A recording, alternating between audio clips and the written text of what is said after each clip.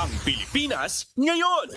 Narito na ang pinakamainit na mga balita na nakalap sa bawat sulok ng bansa. Ihahatid sa bawat Pilipino saan man kayo sa mundo. Ang Pilipinas ngayon! Pakinggan ang bawat kaganapan sa bawat lalawigan. Ito ang Pilipinas ngayon!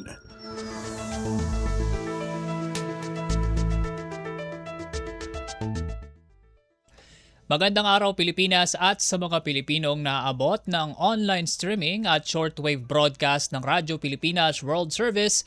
Ito po ang programang Ang Pilipinas Ngayon. Ngayon pong araw ay amin pong ihatid sa inyo ang mga mainit na balita sa bansa, gayon na rin ang mga balita sa probinsya, pagnenegosyo at sports.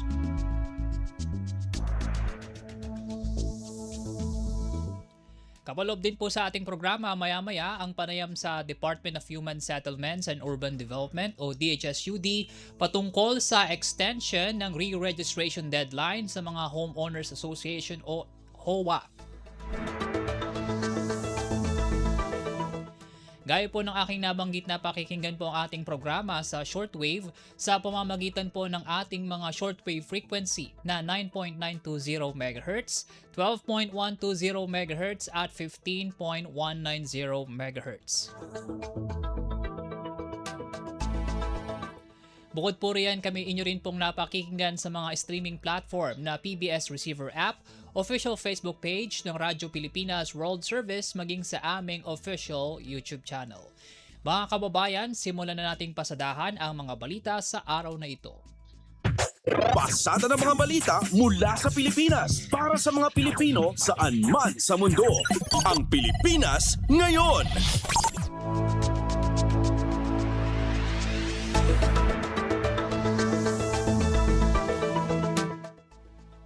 Ngayon po ay kasama na natin sa linya ng komunikasyon ang hepe ng Homeowners Association o HOA and Community Development Bureau ng Department of Human Settlements and Urban Development o DHSUD. Walang iba kundi si Director Lorena Ling Rigor. Director Ling, si Win Peñano po ito ng Radyo Pilipinas World Service.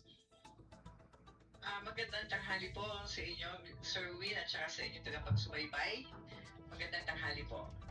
Ayun po. Ulitin po natin, Director. Ayan po. Yeah, so magandang hali po, magandang tanghali, Sir Win, at sa inyong mga taga-subaybay, no, sa inyong programa. Apo, yan. Maraming salamat at na-invite niyo po kami na makapagbahagi ng mga provisions sa 2024 revised IRR. Opo.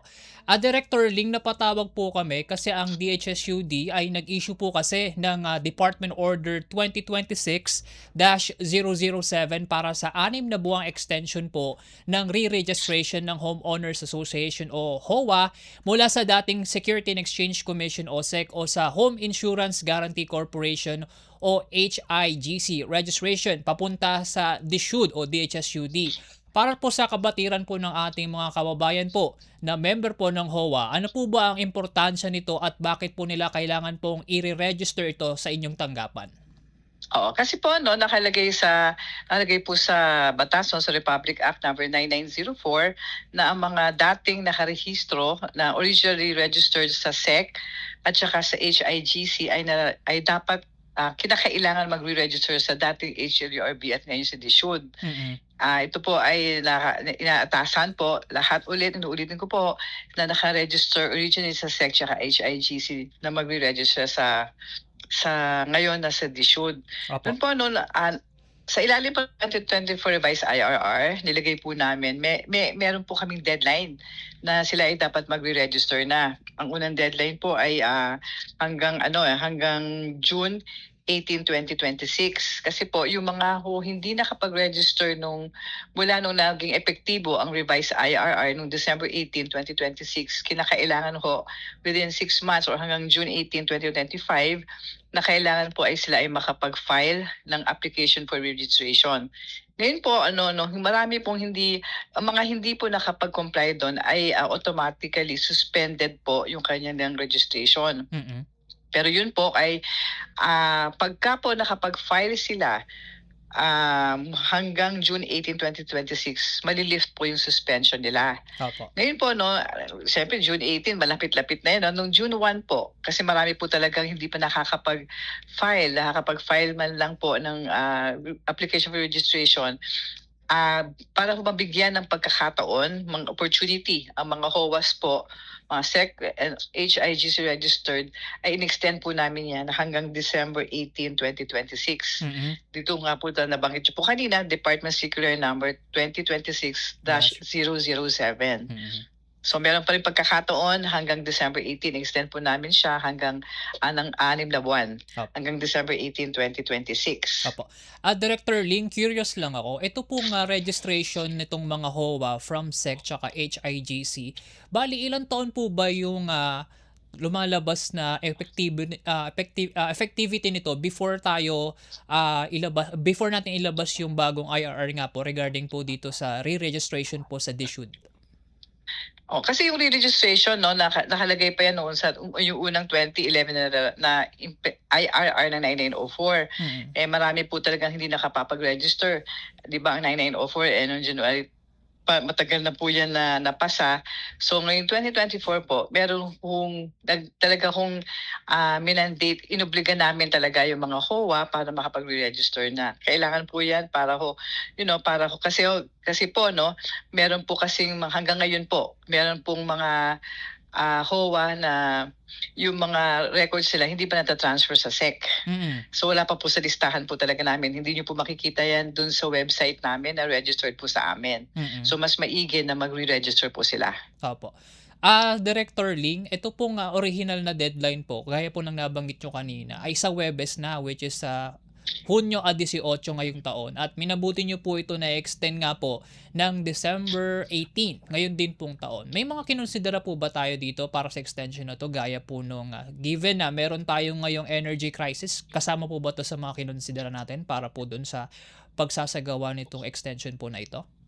Oo, consider din namin. Tsaka po, mula po naman nung naging effective yung 2024 IRR, hindi talaga madami ho. Siguro ngayon po, asa 26,000 po yung registered associations, hindi po namin talaga kaya maabot lahat. Mm-hmm. Mga iba po, nalalaman lang nila sa mga HOA nila. Mm-hmm. Yun po, isang cost, isang rason din po yun. Tsaka naiintindihan po namin.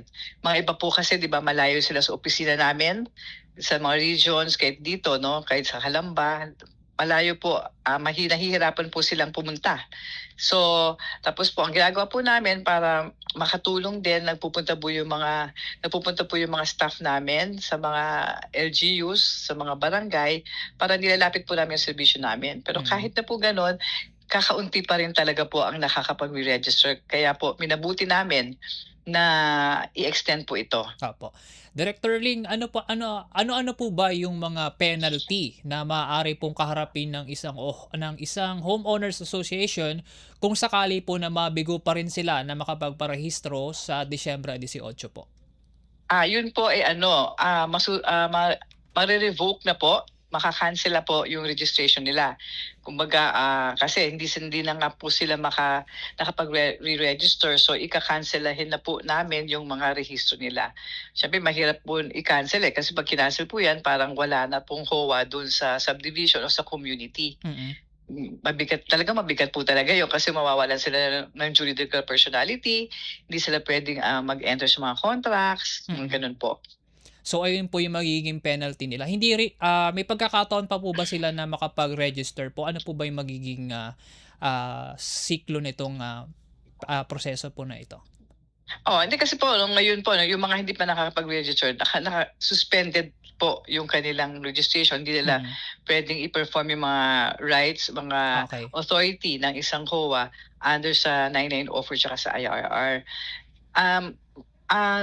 Isa po yung mga requirements po doon, no, yung mga ibang certification, meron naman po kaming dinownload sa website. Hello po, Director Ling? Director Ling? Balikan po natin si Director Ling.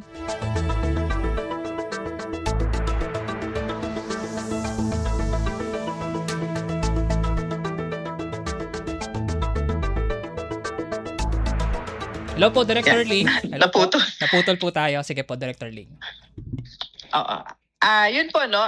Yun lang nga, pagka hindi nakapag-register sa December 18, mare-revoke na po yung kanilang registration. Paggawa, wala na pong HOA na nakarehistro na pwedeng mag-exercise ng mga authority ng isang registered HOA sa ilalim ng 99 offer at sa mga implementing rules and regulations po nito.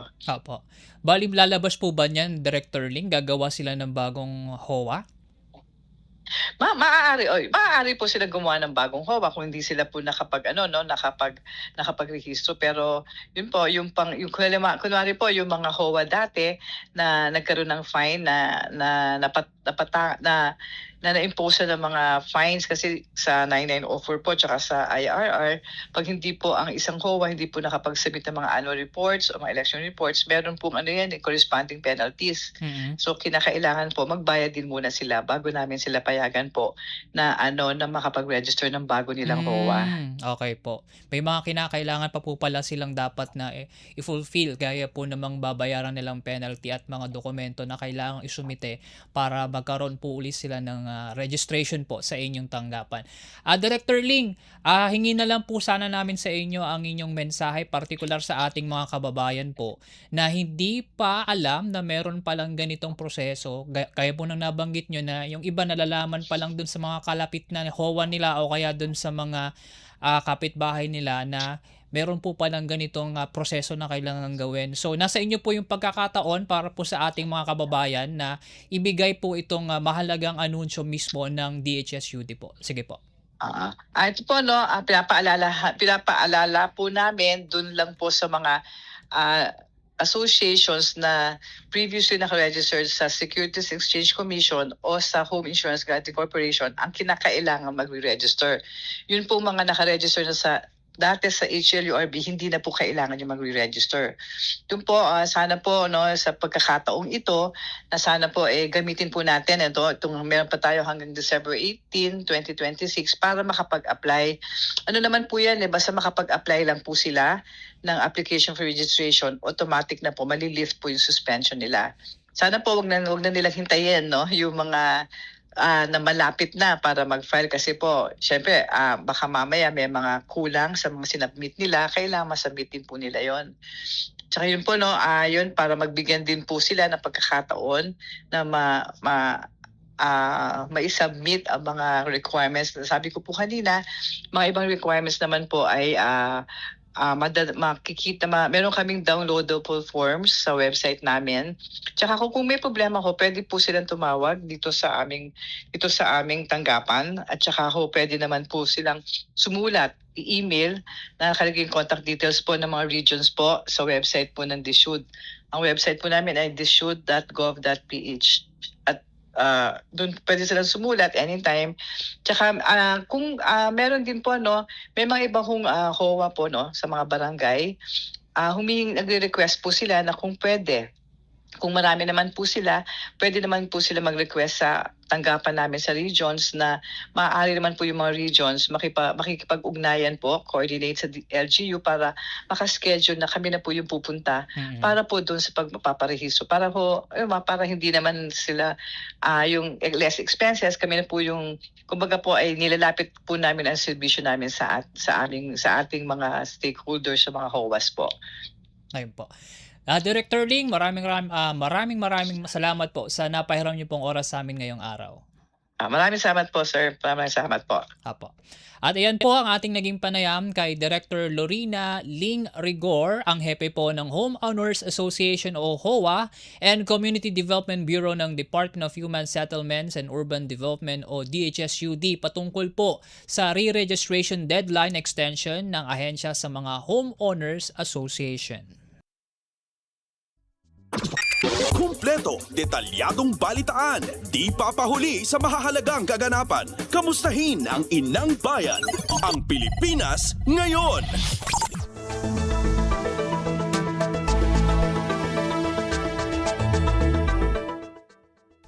Samantala sa pagpapatuloy ng ating balitaan, Pangulong Ferdinand R. Marcos Jr. pinangunahan ang pagpapaabot ng tulong ng pamahalaan sa mga naapektuhan ng lindol sa bayan ng Glan sa Sarangani. Para sa kabuang detalye, narito ang ulat ni Raquel Bayan.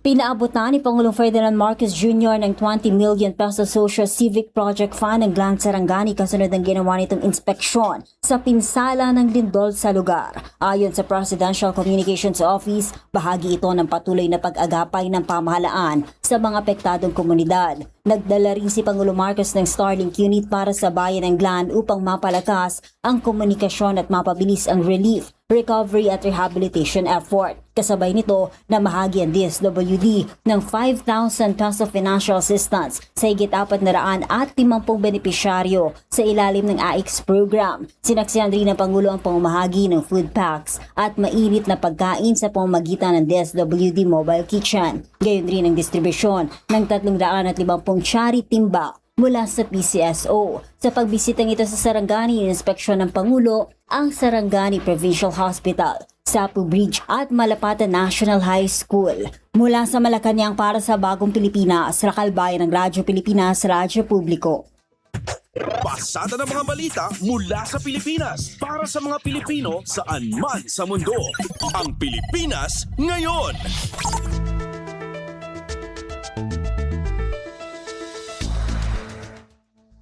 Sa kaugnay na balita, nakaalalay pa rin ang pamahalaan sa mga evacuee na niyanig ng lindol kahit pa umalis na sila sa evacuation center. Ayon kay Pangulong Ferdinand R. Marcos Jr., tuloy-tuloy ang pamamahagi ng tulong sa mga biktima ng malakas na pagyanig. Batid ng Pangulo na matatagalan pa ang pag-recover ng mga residente dahil sa iniwang pinsala ng lindol, partikular na sa infrastruktura. Kahit na umalis na sa evacuation center pero hindi pa nakauwi sa kanilang bahay, binibigyan pa rin namin ng mood pack o lahat ng assistance. Dahil nakikitira sila sa kaibigan, sa kamag-anak, binibigyan natin sila ng assistance. Nasa evacuation center pa sila. Pangulong Ferdinand R. Marcos Jr.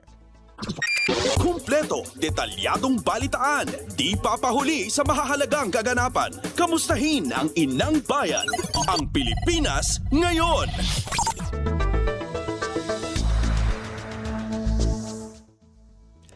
Target ng Department of Social Welfare and Development o DSWD na masimulan ngayong weekend ang pamamahagi ng cash assistance sa mga naapektuhan ng magnitude 7.8 na lindol.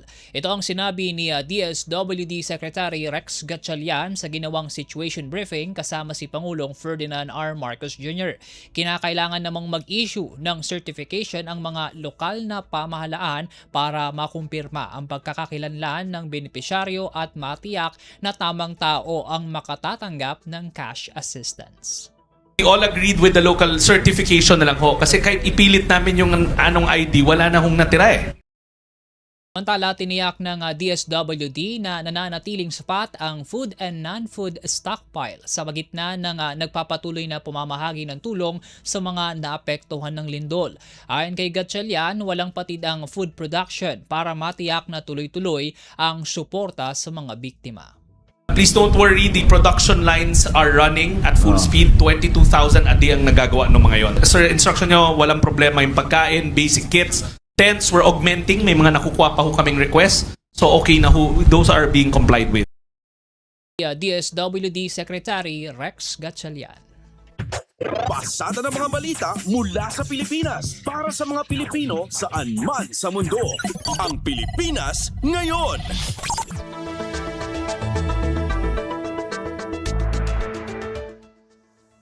Tuloy-tuloy ang clearing operations ng Department of Public Works and Highways o DPWH sa mga lugar na napinsala ng magnitude 7.8 na lindol. Kabilang dito ang mga kalsada at tulay na karamihan ay nadadaanan na kaya mas napabibilis ang pagpapaabot ng relief items sa mga residente. Ayon kay DPWH Secretary Vince Dizon, agaran din nilang inaayos ang mga ospital habang susuriin ang mga eskwelahan sa gitna ng pagbubukas ng klase. Nag-commit na po ang ating Agabel Municipal Engineer and yung ating District Engineer sa Sarangani na within the week, mapapasok na po lahat ng pasyente. Yung pong ospital sa Gran, ayusin din po natin. Next po, yung mga eskwelahan. So ngayon po ang top priority natin is i-inspect lahat ng mga eskwelahan to prepare for the opening. Marami po magbubukas ng Miyerkules. Si DPWH Secretary Vince Dizon. Kumpleto, detalyadong balitaan, di papahuli sa mahahalagang kaganapan. Kamustahin ang inang bayan, ang Pilipinas ngayon.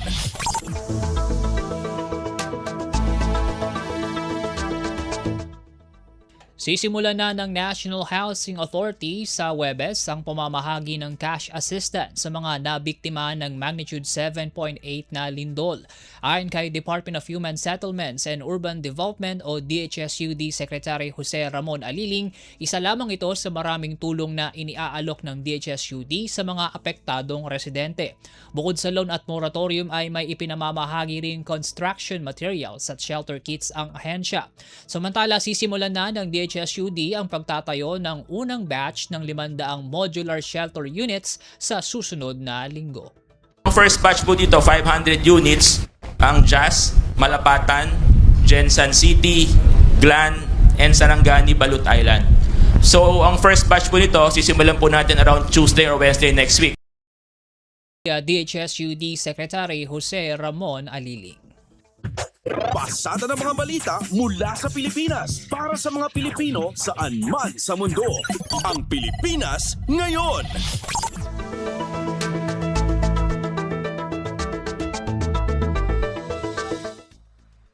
Umabot na sa 68 ang napaulat na nasawi sa magnitude 7.8 na lindol sa Mindanao. Sa panayam ng Radyo Pilipinas kay Office of Civil Defense o OCD spokesperson Junie Castillo, sinabi nito na patuloy pa ring bineberipika ang nasabing datos. Samantala, nasa 1,400 naman ang nasugatan habang 33 ang patuloy na pinaghahanap.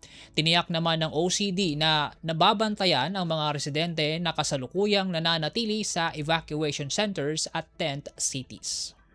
Meron tayong 45 na evacuation na centers, no, that's being maintained by the Camp Coordination and Camp Management Cluster. Mahigit 4,000 mga pamilya ang nasa loob po ng evacuation centers. Halos umabot po ito ng 20,000 na mga kababayan natin ang nandun sa evacuation centers. Karamihan po dito sa mga evacuation areas na ito ay mga nasa tent cities po.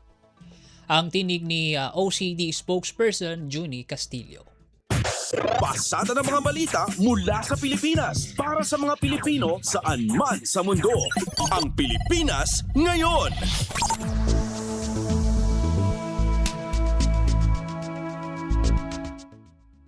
Umabot na sa 14 na lokal na pamahalaan ang nagdeklara ng state of calamity matapos ang malakas na magnitude 7.8 na lindol na tumama sa Mindanao noong Hunyo 8. Ayon sa Office of Civil Defense o OCD, kabilang sa mga apektadong lugar ang ilang bayan sa Davao Occidental, Sarangani at South Cotabato. Dahil sa deklarasyon ng state of calamity, mas bibilis ang proseso ng pagbili ng mga lokal na pamahalaan ng relief goods at iba pang pangangailangan para sa agarang tulong at pagbangon ng mga apektadong residente. Ipinaliwanag din ng OCD na ipinatutupad na ang price freeze sa mga pangunahing bilihin sa mga apektadong lugar upang maiwasan ang pagtaas ng presyo habang nasa gitna ng krisis ang mga residente.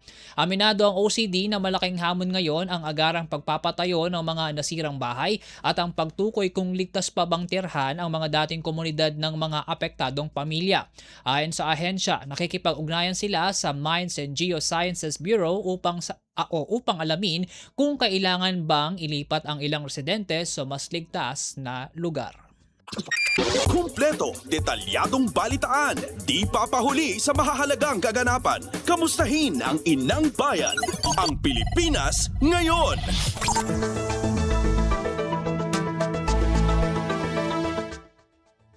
Tuluyan nang naibalik ang supply ng kuryente sa General Santos City makaraan ang malakas na lindol.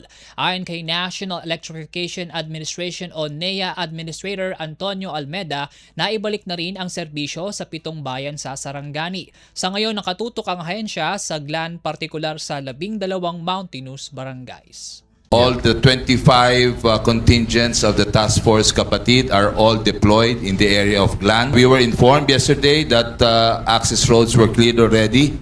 So hopefully we can already go in, especially the mountain barangay. There are, I think, about 12 barangays dun whose mountainous area. On the population area, we are already at 87%. We're back to normal. So as soon as makapasok po yung mga task force, give or take 48 to 72 hours, we can already restore electricity. NEA Administrator Antonio Almeda. Pasada ng mga balita mula sa Pilipinas para sa mga Pilipino saan man sa mundo. Ang Pilipinas ngayon.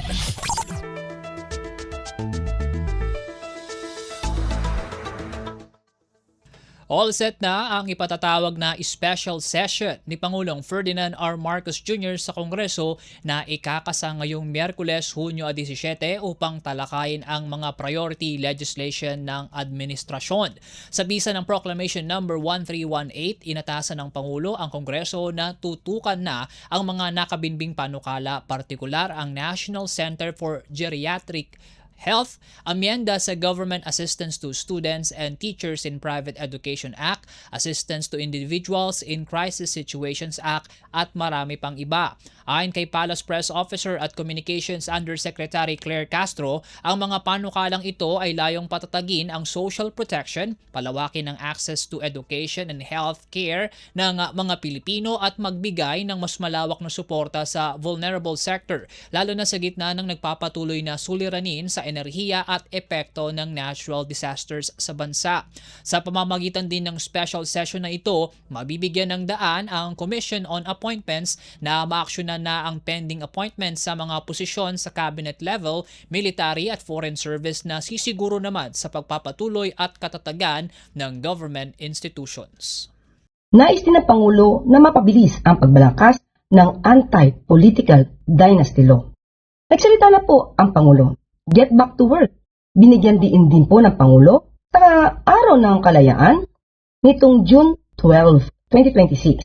Ang sabi ng Pangulo, piliin ang ikabubuti ng bayan laban sa interes ng iilan. Huwag magpagapi sa pagpapaunlad ng sariling ambisyon. Manatiling tapat sa tungkulin, manatiling tapat sa konstitusyon, at manatiling tapat sa taong bayan. Palace Press Officer at Communications Undersecretary Claire Castro. Kumpleto, detalyadong balitaan, di papahuli sa mahahalagang kaganapan. Kamustahin ang inang bayan, ang Pilipinas ngayon.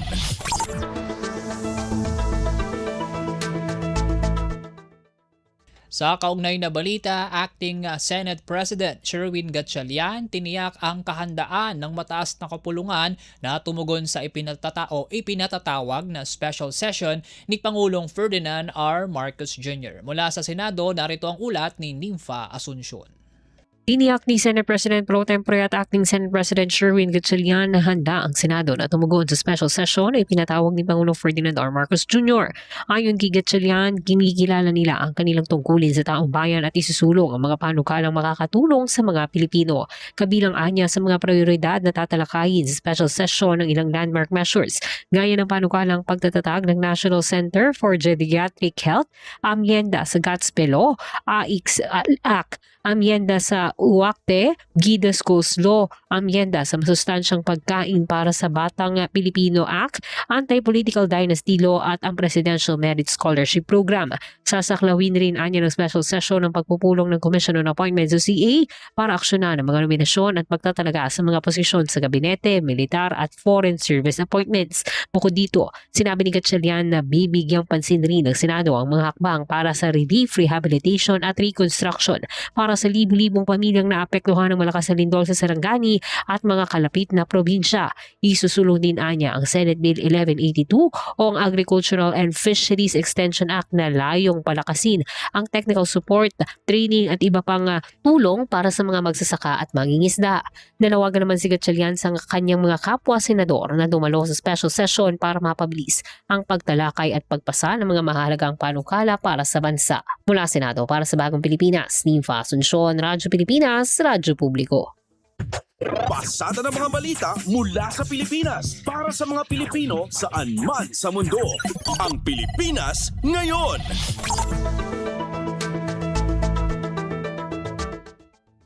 Samantala, mababang kapulungan nagpahayag din ng kahandaang tumugon sa hinihinging special session ni Pangulong Ferdinand R. Marcos Jr. Mula Cámara de Representantes, narito ang ulat ni Melanie Valdos Reyes. Welcome kay House Speaker Faustino Boje III ang panawagan ni Pangulong Ferdinand Marcos Jr. para sa isang special session ng Kongreso. Ayon kay D, handa ang Kamara na tumalima sa direktiba ng Pangulo upang maipagpatuloy ang pagpasa ng mga panukalang batas na direktang pakikinabangan ng taong bayan. Binigyan din ni D ang ilan sa mga tinukoy sa Proclamation No. 1318 na siyang batayan ng pagtawag ng special session ay mga panukalang naaprubahan na ng Kamara bago pa ang sinidiye adjournment. Umaabot sa 26 na hakbang sa ilalim ng Legislative Executive Development Advisory Council o LEDA Common Legislative Agenda ang naipasa ng kapulungan noong Hunyo 3. Ayon pa sa leader ng Kamara, ang panawagan ng Pangulo para sa special session ay patunay ng kanyang patuloy na commitment na isulong ang mga reforma para palakasin ang serbisyong panlipunan, paghusayin ng pamamahala, pasiglahin ang economic growth at palawakin ang oportunidad para sa mga Pilipino. Samantala, sinabi naman ni House Majority Leader Sandro Marcos, lalayunin ng special session na palawakin ang access sa edukasyon, patatagayin ang suporta para sa mga vulnerable sector at paghusayin pa ang serbisyong pangkalusugan sa bansa. Giit niya handa ang Kamara na makipagtulungan sa Senado at Ehekutibo upang maisulong ang mga hakbang na mas pakikinabangan ng taong bayan. Para sa Bagong Pilipinas, Melanie Valdos Reyes, Radyo Pilipinas, Radyo Publiko. Pasada ng mga balita mula sa Pilipinas para sa mga Pilipino saan man sa mundo. Ang Pilipinas ngayon.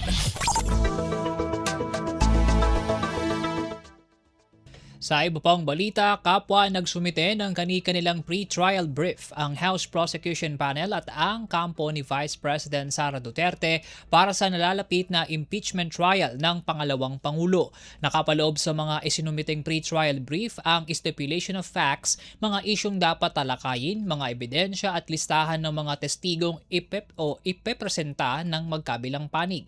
Ayon kay Senate Secretary at Impeachment Clerk of Court, Attorney Renato Bantog Jr., ang pagsusumite ng pre-trial brief ay hudyat ng pagkakasa ng pre-trial conference sa Hunyo 18. Inaasahan ni Bantog na magiging maayos ang daloy ng gagawing pre-trial conference. I expect it to be smooth, with most of the time being devoted to the marking of documentary evidence. We're still working on the calendar that was approved by the senators before, so we're still looking at July 6 as the start of the impeachment trial. On schedule. Senate Secretary at Impeachment Clerk of Court, Attorney Renato Bantog Jr.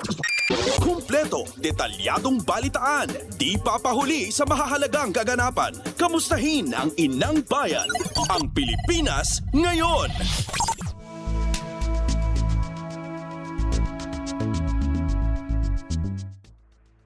Kinokonsidera ng House Prosecution Panel ang posibilidad ng paggamit ng Filipino at iba pang regional language sa paglilitis kay Vice President Sara Duterte.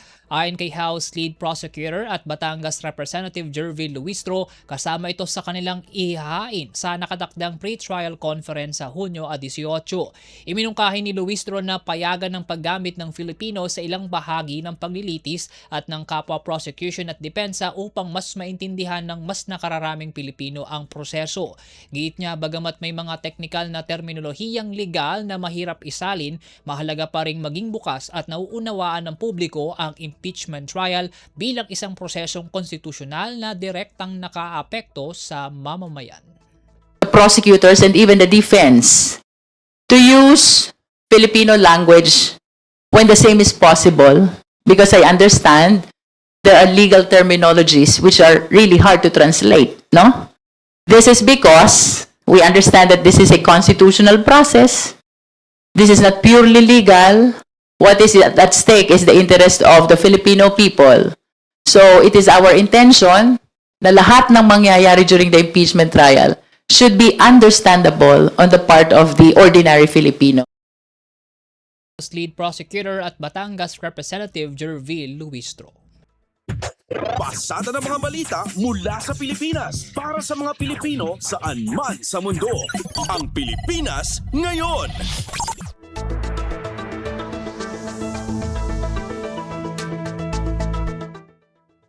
Maituturing na distraction o PR stunt lamang upang ilihis ang focus ng impeachment trial ang Senate Blue Ribbon Committee hearing ng minorya sa labas ng Senado. Ayon kay House Trial spokesperson Zia Alonto Adyong, hindi nakatutok sa prioridad ng Senado bilang impeachment court ang mga kaalyadong senador ni Senador Alan Peter Cayetano. Dagdag ng mababatas na dapat manatiling pangunahing tungkulin ng Senado ang pagdinig sa impeachment cases bilang mandato ng konstitusyon. This is just a PR stunt to divert the attention of the public from the issue of impeachment. Remember, the impeachment is a constitutionally mandated priority of the Senate right now. They have already convened as an impeachment court, and I think the people deserves clarity and closure on the subject matter that are being allegedly committed by the Vice President. Pahayag ni House Trial spokesperson Zia Alonto Adyong. Kumpleto, detalyadong balitaan, di papahuli sa mahahalagang kaganapan. Kamustahin ang inang bayan, ang Pilipinas Ngayon.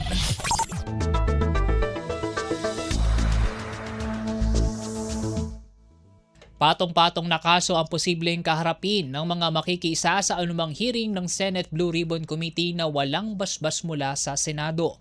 Ayon kay National Bureau of Investigation o NBI Director Melvin Matibag, hindi sakop ng parliamentary immunity na hawak ng mga senador ang mga resource person na haharap sa pagdinig ng posible pang at na posibleng makasuhan ng libel, defamation at iba pang kahalintulad na kaso. Lumutang din ang issue ng usurpation of authority sa mga senador na magkakasa ng Blue Ribbon Committee hearing sa labas ng Senado dahil walang anumang legal na basihan ang nasabing pagdinig. Kung hindi legitimate na Blue Ribbon Committee yon, they are not covered with parliamentary immunity. So kung ano mang pwedeng ikaso sa kanila, maikakaso sa kanila, pwede silang kasuhan ng perjury, pwedeng kasuhan ng libel or oral defamation. Because during a committee hearing, ang statement ng mga senators, they are protected by the privilege ng parliamentary immunity. Kasi the performance yun. But since if it's not the legitimate Blue Ribbon Committee, then anything na criminal in nature na sinabi at ginawa, that is subject to prosecution or cases na pwede nilang papanagutan. Ang pahayag ni NBI Director Melvin Matibag. Pasada ng mga balita mula sa Pilipinas para sa mga Pilipino saan man sa mundo. Ang Pilipinas Ngayon.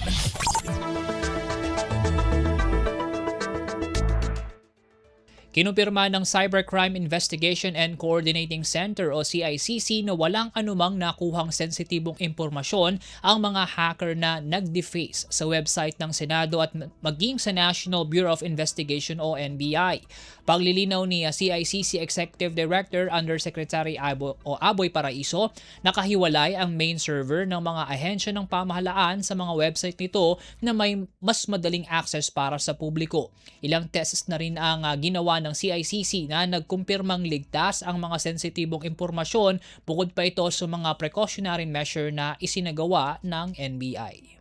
Nakahiwalay ho yung mga sistema ng pamahalaan, lalong-lalo ho ng NBI, doon sa mga front-facing na websites nila. The problem with websites, it's designed to be accessible. So talagang marami talaga siyang mga vulnerabilities. It's kailangan binalansin na pag yung mga sa amin sa pamahalaan, babalansin namin eh. Yung mga websites namin kailangan accessible, kailangan yung user interface, yung user interaction mabilis. So we compromise security dun sa mga websites namin. Pero kaya nga ang ginagawa namin, hindi hiwalay namin yung main systems of ng mga ahensya namin dun sa mga websites namin. So again, just for that particular question, wala akong nakuhang sensitive data nung chinek.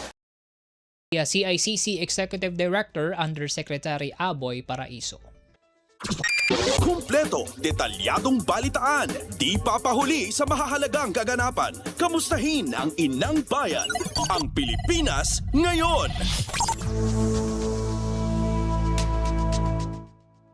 Sa iba pang balita, kasado na ang mga paghahanda para sa nakatakdang pagbisita ni Pangulong Ferdinand R. Marcos Jr. sa Kazan, Russia mula Hunyo 17 hanggang 18 upang pangunahan ang pagdaraos ng ASEAN-Russia Commemorative Summit bilang ASEAN Chair para sa taong ito. Sa isinagawang pre-departure briefing, sinabi ni Department of Foreign Affairs o DFA Assistant Secretary Dominic Imperial na makakasama ng Pangulo bilang co-chair si Russian President Vladimir Putin. Mahalagaan niya para sa Pilipinas ang biyaheng ito lalo't ito ang unang pagbisita ni Pangulong Marcos sa Russia bilang lider ng bansa. Ilan sa mga usaping tututukan ang review sa progreso ng ASEAN-Russia Strategic Partnership, mga kooperasyon sa enerhiya, food security, trade, investment, people-to-people exchanges at iba pa, at ang pagsasapinal ng Kazan Declaration 2026 at Joint Statement on Energy and Cultural Cooperations. Across all the three pillars, so political security, economic, and social-cultural. So these are areas of cooperation where the Philippines actually benefits, as well as the region. So also taking into consideration that Russia has long been for years a dialogue partner of ASEAN. So with that role, the Philippines as chair, it is our role to be able to pursue these external relations with our dialogue partner. Hayag ni DFA Assistant Secretary Dominic Imperial. Pasada ng mga balita mula sa Pilipinas para sa mga Pilipino saan man sa mundo. Ang Pilipinas ngayon.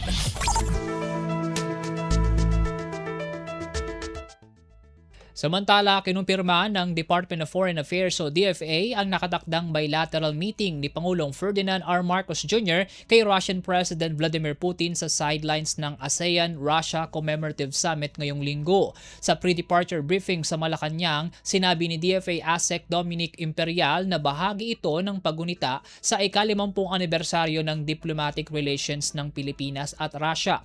Ayon kay Imperial, sa gagawing bilateral meeting ay inaasahang matatalakay ng mga lider ang mga paraan upang higit pang mapalakas ang kooperasyon ng dalawang bansa sa linya ng enerhiya at food security. Magiging bahagi rin ng bilateral meeting ang kooperasyon sa pagitan ng Pilipinas at Russia sa larangan ng turismo, edukasyon, kultura, science and technology at people-to-people exchanges. I think that would be the highlight of this meeting. Of course, looking also into the deepening of the relations between Russia and the Philippines when it comes to other cooperation. Of course, we're looking at people-to-people, tourism, education, cultural cooperation, those things, especially also on science and technology. So these areas will be discussed or will play a part in the bilateral meeting between the two leaders. Ang pahayag ni DFA Assistant Secretary Dominic Imperial. Kumpleto, detalyadong balitaan, di papahuli sa mahahalagang kaganapan. Kamustahin ang inang bayan, ang Pilipinas ngayon.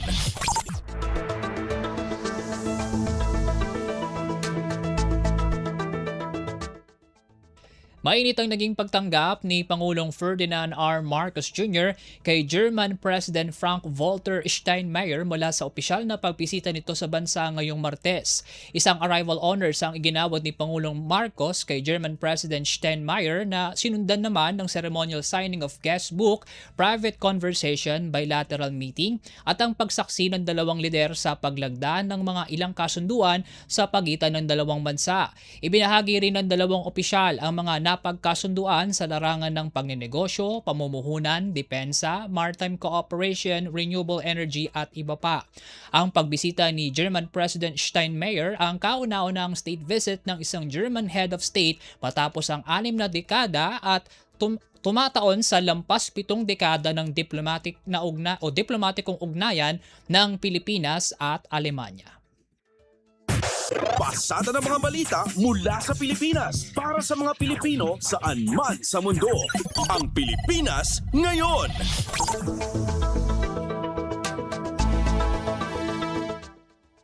Kinumpirma ni Philippine Coast Guard o PCG spokesperson for the West Philippine Sea, Rear Admiral J. Tariela, na muling ibinalik ng China ang kanilang floating platform sa loob ng lagoon ng Bajo de Masinloc.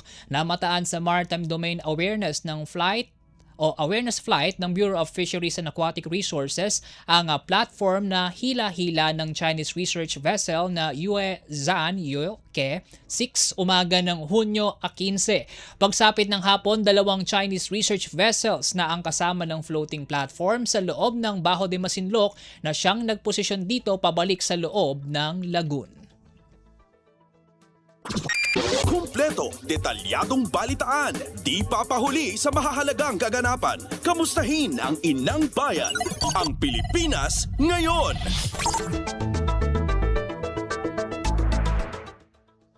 May matatanggap na life insurance claim ang naiwang pamilya ng 6 na individual mula Davao Occidental na nasawi dahil sa lindol.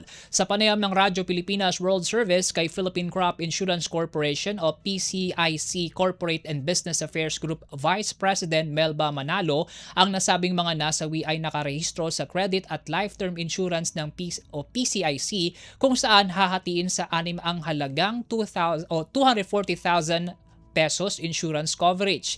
Ibinahagi rin nito na patuloy ang kanilang pag-antabay sa iba pang nasawi mula sa Region 11, 12 at iba pang apektadong bayan sa Mindanao na maaaring sakop ng credit and life-term insurance ng ahensya.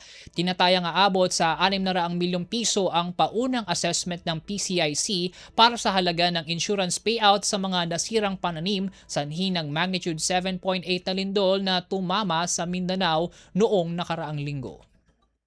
May sure na po kaming nag-report sa amin na namatay na tao in Davao Occidental, 6. And we will pay 240,000 for these 6 people. Meron po kasi kaming credit and life term insurance, 240,000 po ang bayad namin sa 6 na nasawi na ito. PCIC Corporate and Business Affairs Group Vice President Melba Manalo. Pasada ng mga balita mula sa Pilipinas para sa mga Pilipino saan man sa mundo. Ang Pilipinas ngayon.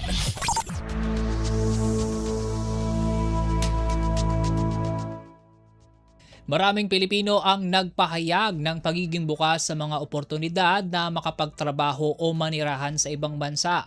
Sa isinagawang survey ng Okta Research nitong Marso 19 hanggang 25, 2026 sa 1,200 Filipino adult respondents sa tanong na kung willing silang magtrabaho o mag-migrate sa ibang bansa, lumabas na 57% sa mga ito ang nais magtrabaho o mag-migrate sa ibang bansa.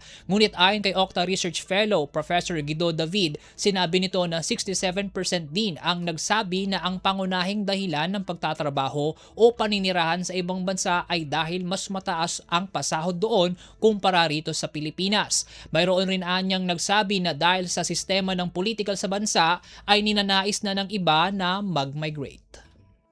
Itong survey na to ay ginawa ng Okta Research noong March 19 to 25, 2026 with the 1,200 respondents and plus-minus 3% margin of error. At dito sa survey na to, tanong natin ay kung willing sila magtrabaho o mag-migrate at hindi magtrabaho sa ibang bansa. At yung lumabas ay 57% yung nagsabing willing sila magtrabaho or mag-migrate sa ibang bansa. Pero yung 67% nagsabi na ang pangunahing reason ay yung opportunities sa ibang bansa. Oo. 67, yun yung pinakamataas, 67%. And 61% sinabi ay yung sweldo mas mataas sa ibang bansa. 58% ang nagsabing dahilan ay better quality of life. May 14% mababa lang, pero meron pa rin na nagsabi for political reasons. Parang ayaw nila yung politics dito sa bansa natin. So yun, Ray, yung Ayon pa kay Professor David, nakababahala ang naging resulta ng survey dahil hindi na lamang mga nasa laylayan ang nais mag-abroad kundi pati ang mga nasa middle at upper class na miyembro ng lipunan na maituturing na may mga kaya sa buhay. Bagamat mayroong 39% ang nagsabing ayaw umalis ng bansa, sinabi ni David na nakaalarma ito dahil mahigit sa kalahati ng populasyon ang mawawala sa bansa kung sakaling mangyari ito. Just to touch up on may mga nag-comment din na iba na hindi siya kumbaga hindi siya unique sa lower socioeconomic classes. Across classes, mataas, 56% sa ABC, 57% sa D, 57% sa E. So hindi lang yung less fortunate na mga kababayan natin gusto mag-abroad. Pati yung mga yung iba, mga middle class, upper middle class, mga may kaya o punta sa ibang bansa. Alright. Pero meron ding lumabas na 39% ang nagsabi na no. Dr. Yes, meron pa naman 39%, pero still, I mean, if you mean kung kalahati mag-migrate, edi mga kalahati nila yung population natin, di ba? Okay. Pero in a way, hindi rin natin masisisi yung mga kababayan natin. Okta Research Fellow, Professor Guido David. Kumpleto, detalyadong balitaan, di papahuli sa mahahalagang kaganapan. Kamustahin ang inang bayan, ang Pilipinas ngayon. Inaasahan na bababa ang presyo ng produktong petrolyo sa pandaigdigang merkado sakaling matuloy ang kasunduang pangkapayapaan sa pagitan ng Estados Unidos at Iran. Sa panayam ng Radyo Pilipinas World Service sa Filipino-Canadian economist na si Dr. Michael Batu, sinabi nito na mararamdaman ang pagbaba ng presyo ng mga produktong petrolyo sa Pilipinas, ngunit ito ay magiging mabagal, hindi katulad ng mabilis na pagsirit nito. Ani Dr. Batu, maraming mga proseso at dahilan ang mabagal na pagbaba ng presyo ng produktong petrolyo, lalo't sa panahon anya na malagdaan ang kasunduan ay mayroon pa itong mga kasunod na mga pag-uusap. Globally, bumaba na yung presyo. So, ibig sabihin na asahan din natin dyan sa inyo sa Pilipinas na ang presyo ng produktong petrolyo ay bababa. However, ang akin lang ditong caveat, Ray, is that itong pagbaba ng presyo na ito ay magiging mabagal. Kumbaga, kung nakita natin yung pagbulusok ng presyo pataas ay napakabilis. Ang bilis sumirit. Pero itong pagbaba, Ray, it will be slower, no, than its rise. And may mga factors kaya mabagal yan. Pero kung mapipirmahan itong kasunduan na ito sa Biyernes, I believe, Ray, sa Switzerland pipirmahan, no, sa Biyernes. Pag napirmahan ito ng Friday, and by the way, may mga details pa silang pag-uusapan in the next 60 days. So, kumbaga itong deal na ito, kumbaga paumpisa pa lang ito, meron pa silang mga pag-uusapan. So, a lot can happen. Dagpa ni Dr. Batu, hindi rin agad-agad na makababalik ang operasyon ng mga oil refineries sa Middle East dahil ang iba rito ay may mga napinsalang pasilidad mula sa mga pag-atake. Ayon pa sa ekonomista, maging ang pangunahing ruta sa Strait of Hormuz ay hindi rin masasabing ligtas ng daanan dahil sa banta ng mga naiwang sea mines ng Iran. Well, that is one of the reasons, no? So maraming mga refineries ang out of operation kasi nga may mga nasira, Ray, dahil nga natamaan sila ng drones. Yung iba naman talaga, inihinto muna nila yung operation out of safety and precaution. No? Hindi talagang ini-stop muna nila. So walang gumagana doon. Yung mga yan, pagka nag-restart, hindi yan parang ilaw. No? Pag ini-switch mo yung ilaw, ay mag-o-on agad. Yan matagal yan bago yan sila mag-restart ng operation. So yan yung una. Ikalawa, Ray, kung maaalala natin, dyan sa Strait of Hormuz, naglagay ng mga mina itong Iran. Naglagay ng mina. And merong mga balita na naialis na raw yung mina na yan, pero hindi natin alam kung meron pa. Yan ang pahayag ng Filipino-Canadian economist na si Dr. Michael Batu.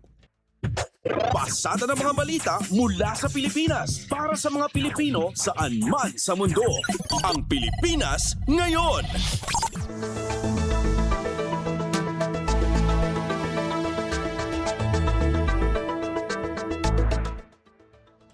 At yan po mga pangunahing balita sa ating bansa. Samantala, papasadahan naman natin ang mga ulat sa probinsya sa pamamagitan po ng ating mga kapatid na himpilan mula Luzon hanggang Mindanao. Balita mula sa lalawigan sa bawat rehiyon ng ating bayan. Dito sa Ang Pilipinas Ngayon. Sa pagpapatuloy ng ating balitaan, dakuan naman natin ang mga balita sa probinsya. Una sa ating balitang probinsya, mga residente sa bayan ng Burgos sa Ilocos Norte nakatanggap ng tulong pinansyal mula sa Department of Social Welfare and Development. Para sa kabuang detalye ng balitang yan, darito ang ulat ni Rani Dorilag ng Radyo Pilipinas Lawag.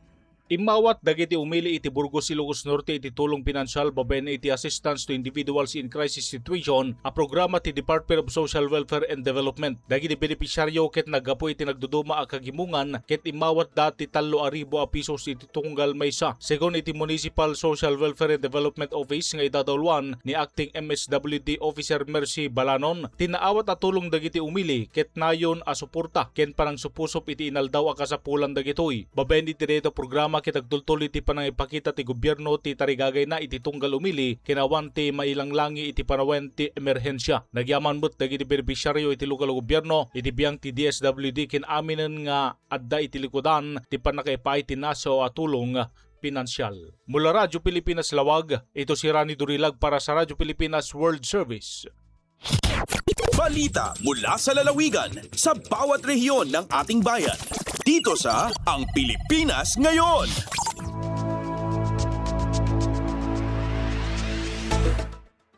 Salamat Rani mula Ilocos, kawing naman tayo sa La Union. Silyag Park, formal nang binuksan sa Poro Point Freeport Zone sa lungsod ng San Fernando sa lalawigan ng La Union. Ang kabuang ulat, hatid ni Albert Kawile ng Radyo Pilipinas sa Goo. May sabaro nga espasyo publiko para iti panaglingligay kinasalunat ken panagtipon ti pamilya. Ti mabalin ita na tagaragsakan nagiti umili ken bisita kalpasan na formal alinoktan ti Poro Point Management Corporation uno PPMC ti Silag Park iti Poro Point Freeport Zone. Indawluan ni PPMC President ken Chief Executive Officer Serbeliano Flores Jr. ti bendisyon ken inaugurasyon ti baro a pasilidad. Ako na mangisimbolo iti baro a paset ti panagduras panagbalbali ken na parangay a serbisyo publiko babaen ti korporasyon. Sigon kini Flores na disenyo ti Silag Park kas natalged nairaman ken moderno ang espasyo publiko apag serbyan nagiti pamilya, residente ken bisita iti Poro Point Freeport Zone. Buklan ti park iti Children's Playground ken Wellness Park. Dagiti pasilidad para kadagiti ubing ket mairaman nagiti slide, swing, siso, spring rider ken monkey bar apang gabda aparigtaan ti panagayayam panakilangan iti kagimungan ken piskal a panagduras. Adan daytoy kadagiti pasilidad ti fitness iti ruar kas iti air walker, stationary bike, elliptical machine ken waist twisters tapno may tandudo ti aktibo ken nasalunat nga estilo ti managbiag para ti amin nga edad. Tapno masigurado ti kinatalged ken liwliwa dagiti agususar. Adaan met ti parke kadagiti comfort room, lamisa na pagpiknikan, silaw alad ken gawma aswelo. Sigon iti PPMC manamnamang nga agbalin ti Silag Park ang pateg a sentro para iti panaglingligay kinasalunat ken panakipasat iti komunidad iti unag ti Poro Point Freeport Zone kadagiti sumaganad atawen. Manipod RP Ago, Albert Kawile para sa Radyo Pilipinas World Service. Balita mula sa lalawigan sa bawat rehiyon ng ating bayan. Dito sa Ang Pilipinas Ngayon. Salamat Albert mula Central Luzon, baba naman tayo sa Southern Luzon.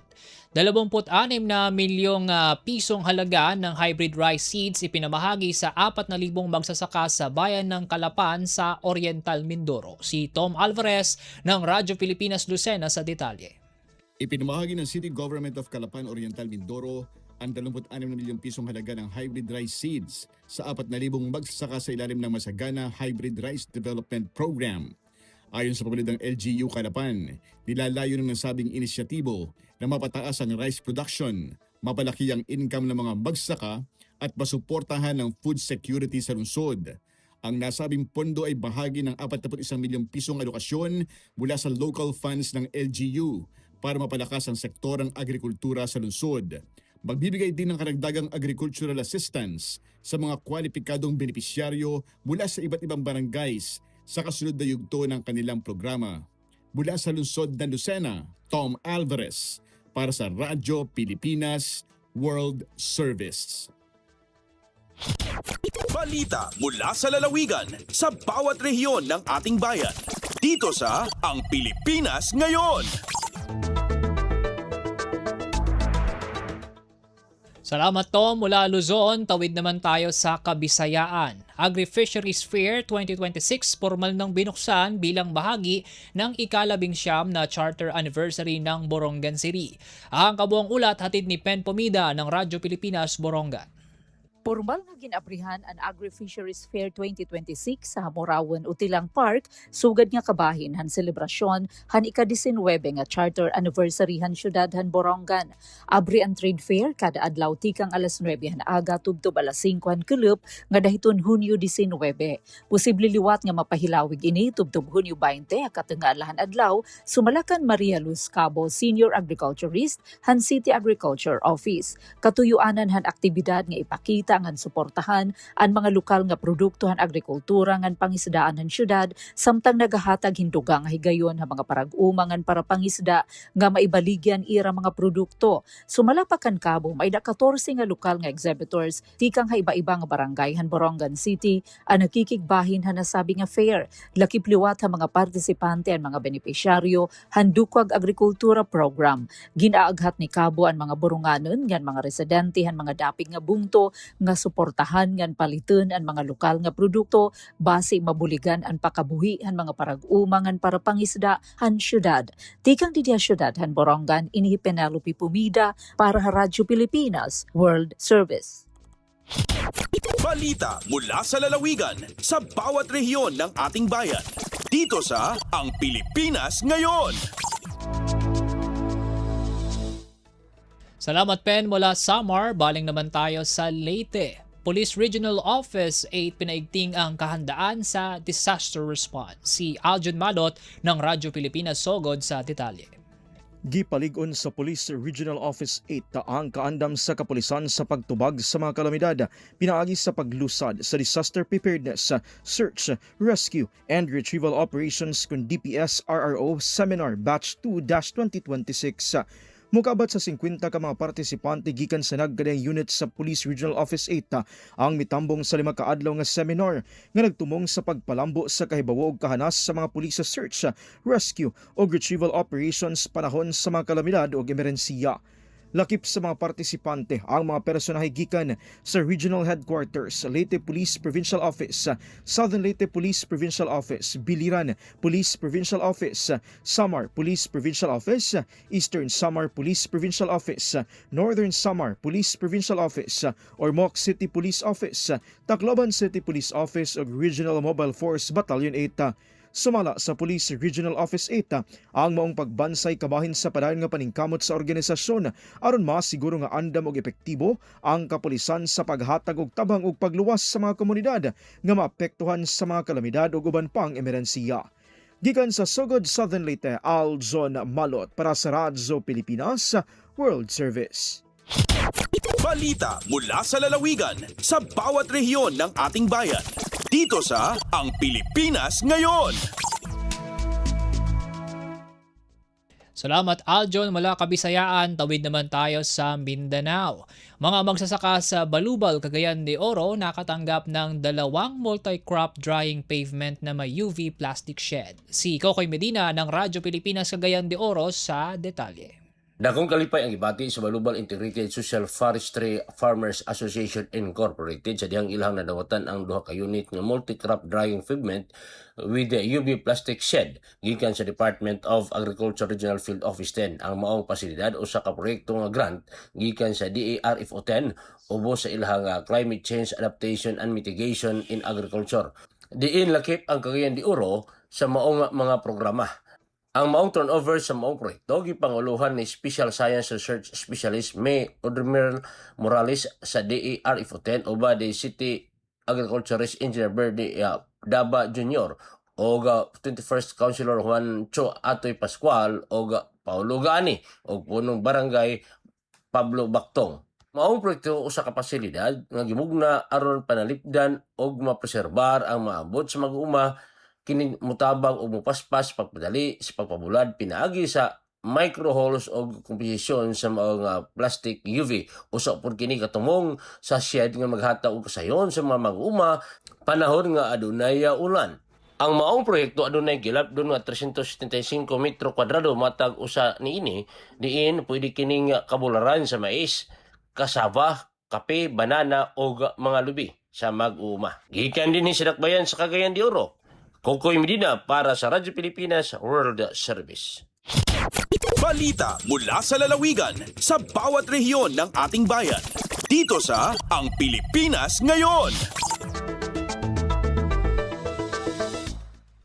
Salamat Kokoy mula Cagayan de Oro. Dakuha naman natin ang Zamboanga. 3 milyong pisong tulong pinansyal mula kay Pangulong Ferdinand R. Marcos Jr. natanggap ng Isabela de Basilan. Si Justin Bulanon ng Radyo Pilipinas Zamboanga sa detalye. Ya recibió valor de 3 millones de pesos el ciudad de Isabela de Basilan estaba con presidente Ferdinand Marcos Jr. después el fuerte magnitude 7.8 temblor y sucedió maasim Sarangani y experiencia en diferentes partes del Mindanao. Na encabezamiento de presidente Bongbong Marcos Jr., ya conducía al situation briefing, turnover del public transport vehicles o PTVs y el distribución del Social Civic Projects Fondo SCPF Assistance na ciudad del General Santos ayer. Ya recibí con el cheque de la ayuda financiera estaba na mencionada actividad el magrepresentante del ciudad de Isabela de Basilan por medio de City Treasurer Arian Claire Flores y City Social Welfare and Development Office o CSWDO Supervising Administrative Officer Robert Arsenia. El asistencia financial que ya recibí al ciudad ay usa para na mga programa de rehabilitasyon y ayuda para na mag-apekto komunidad na ciudad. Ta continúa el kooperasyon del gobierno local de Isabela de Basilan na gobierno nacional para asegurar el pronto y buen arreglado asistencia na tiempo de calamidad. Desde la ciudad de Zamboanga, este si Justin Bularon para Radyo Pilipinas World Service.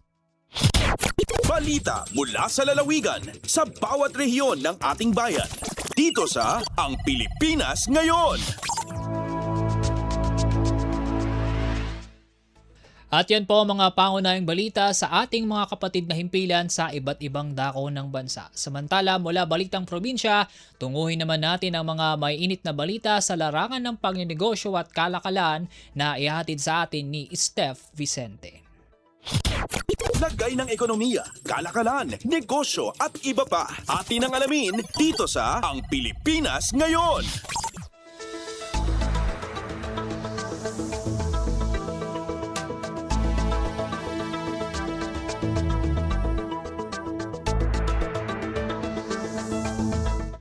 Magandang araw, narito na po ang ating segmentong Balitang Negosyo at Kalakalan.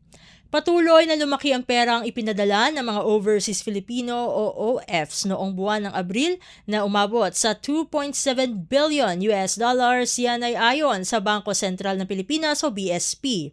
Mas mataas ito ng 2% kumpara sa $2.6 billion na naitala sa kaparehong buwan noong 2025.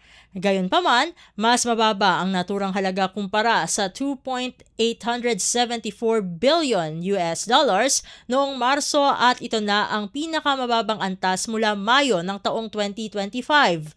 Karamihan sa remittances ay nagmula sa mga land-based workers na umabot sa $2.12 billion habang nasa $0.59 billion naman ang mula sa sea-based workers. Sa kabuuan, ang year-to-date cash remittances ay pumalo sa $11.396 billion, mas mataas kaysa sa naitalang halaga sa kaparehong panahon noong 2025.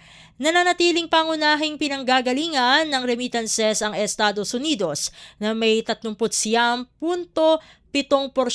kasunod ang Singapore, Saudi Arabia, Japan at United Arab Emirates. Samantala, ang personal remittances ay umabot sa $3.037 billion noong Abril, mas mababa sa Marso ngunit mas mataas naman kumpara sa Abril ng nakaraang taon at sa kabuuan ay nasa $12.701 billion na mula Enero hanggang Abril.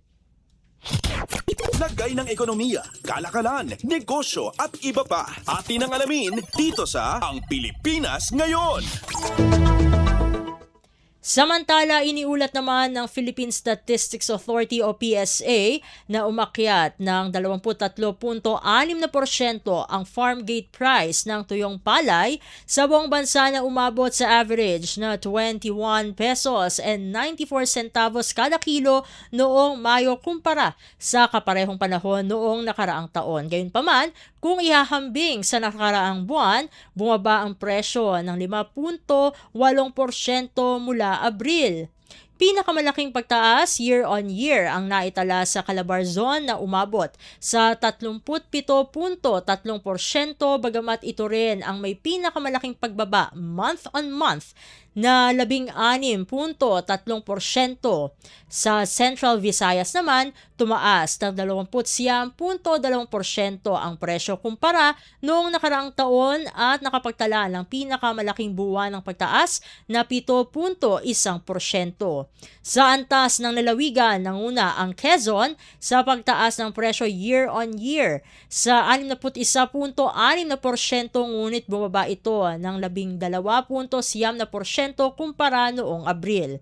Samantala, ang Masbate ang may pinakamalaking pagbaba taon-taon sa 21.4% kahit may bahagyang pagtaas na 8.3% nitong nakaraang buwan.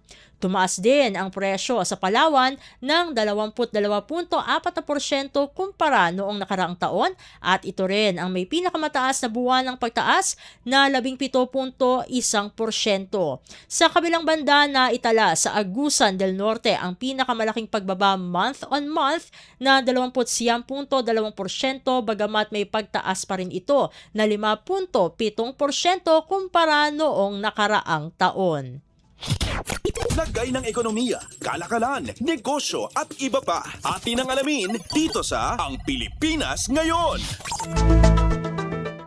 Sa iba pang mga ulat, sumirit ng 335 o 355.7% ang subsidiya ng pamahalaan sa mga government-owned and controlled corporations o GOCCs na umabot sa 66.28 billion pesos nitong Abril kumpara sa kaparehong panahon noong nakaraang taon. Ito ay ayon sa Bureau of the Treasury o BTR. Mas mataas din ito ng 265.2% kumpara sa naitalang subsidiya noong Marso. Ang pondong ito ay binibigay ng pambansang pamahalaan upang masuportahan ang operasyon ng mga GOCC kapag kulang ang kanilang kita. Nanguna sa tumanggap ang PhilHealth na may 60 billion pesos, kabilang ang naibalik na pondo mula sa hindi nagamit na subsidiya noong 2024 matapos ang naging desisyon ng Korte Suprema. Sumunod ang National Food Authority na may 2.47 billion pesos at National Irrigation Administration na may 917 million pesos habang may mas maliliit ding alokasyon sa iba pang ahensya.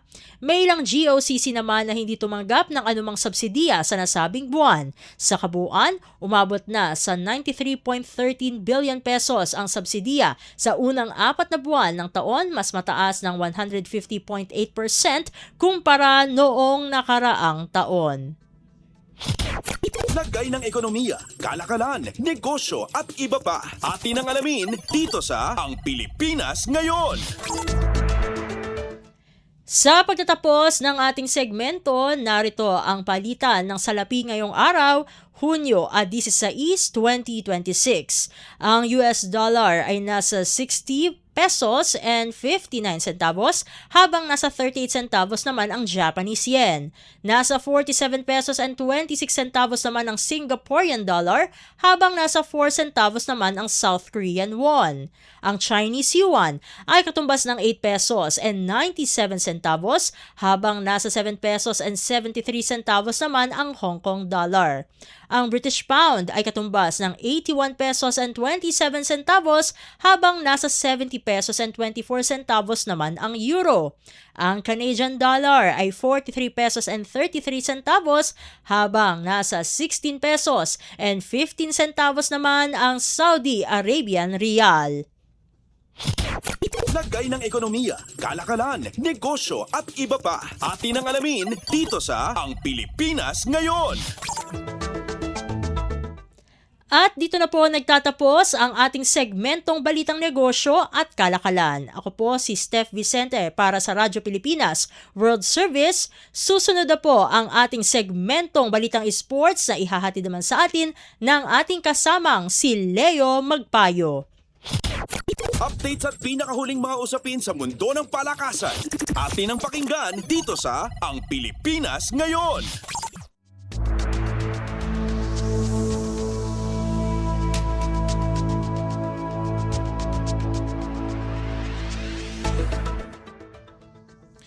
At narito na po ang sports balita.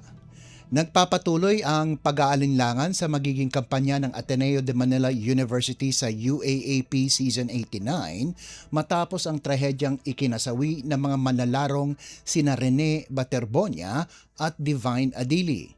Sa isang press conference nitong Lunes, sinabi ni Ateneo President Father Roberto Yap Jr., walang desisyon ang universidad kung lalahok sila sa liga na nakatakdang magbukas sa Setyembre dahil inuuna nila ang mga investigasyong isinasagawa ng UAAP at ng iba't ibang ahensya ng gobyerno.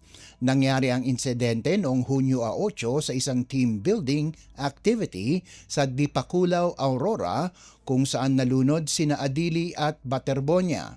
Bago ang trahedya, umatras na ang Blue Eagles mula sa 19th PhilOil Preseason Cup matapos lamang maglaro ng isang beses, isang 72-52 na panalo kontra Adamson noong Hunyo 6. Tiniyak din ni Yap na nakikipagtulungan ng Ateneo sa mga investigasyon ng UAAP, ng Independent Fact-Finding Team at ng mga otoridad. Ayon kay Yap, sinabi ng fact-finding team na kailangan nila ng hindi bababa sa 2 linggo para sa masusing pagbusisi. Posible ring ipatawag ang mga opisyal ng paaralan at coaching staff. May sarili ring investigasyon ng UAAP at nakikipag-ugnayan ito sa mga ahensya ng gobyerno. Sinabi ng liga na magpapatupad sila ng kaukulang parusa kung may napatunayang paglabag sa mga protocol at batas basta't dumaan sa tamang proseso. Tukol naman sa posibleng suspension, pag-atras o leave of absence, sinabi ng UAAP na prerogatibo ng Ateneo ang anumang hakbang na nais nitong gawin. Samantala, nagsasagawa rin ng hiwalay na investigasyon ang PNP-CIDG habang may sariling proceedings na sinimulan ang DOLE. Nagbitiw na sa pwesto sina dating Ateneo head coach Tab Baldwin at team manager Christopher Kimpo, ngunit hindi sila sumipot sa unang sabina na inilabas nitong Lunes ng umaga. Updates at pinakahuling mga usapin sa mundo ng palakasan. Atin ang pakinggan dito sa Ang Pilipinas Ngayon.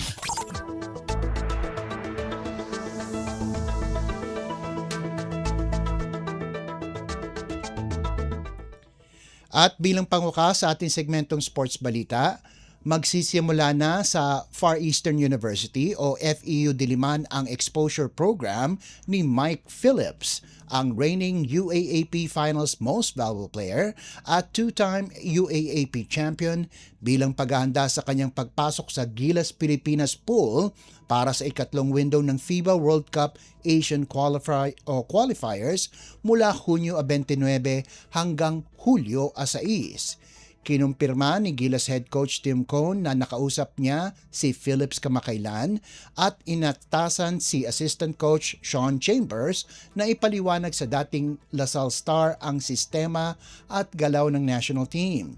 Ayon kay Chambers, nakatakda silang mag-ensayo sa FEU Diliman matapos silang magtagpo nung Biyernes sa Playtime PhilOil Center bago ang laban ng Lasal at FEU. Para kay Phillips, ang pagkakataong ito ay isang malaking biyaya. Kasalukuyan siyang naglalaro para sa San Juan Knights sa Maharlika Pilipinas Basketball League kung saan nag-a-average siya ng 9 puntos, 11.1 rebounds at 24.7 minutes na paglalaro. Kulang sa tao ang Gilas para sa paparating na window dahil wala si Quentin Miliora Brown dahil sa back surgery, si Kai Soto dahil nasa NBA Summer League siya mula Hulyo 9 hanggang 19 at si Calvin Oftana na may medical rest matapos ang PBA Finals. Maglalaro ang Gilas laban sa New Zealand sa Hulyo 3 at Australia sa Hulyo 6, parehong away games. Sunod dito, sasapak din ng national team sa 4th window sa Agosto 27 hanggang 31, sa Asian Games sa Setyembre 19 hanggang Oktubre 4, sa 5th window sa Nobyembre 26 hanggang 30 at sa 6th window sa Pebrero 25 hanggang Marso 1 sa susunod na taon. Updates at pinakahuling mga usapin sa mundo ng palakasan. Atin ang pakinggan dito sa Ang Pilipinas Ngayon. At yan ang pinakahuling balita sa larangan ng palakasan. Ito po si Leo Magpayo. Samantala, nagbabalik na po si Erwin Peñano. Updates at pinakahuling mga usapin sa mundo ng palakasan. Atin ang pakinggan dito sa Ang Pilipinas Ngayon.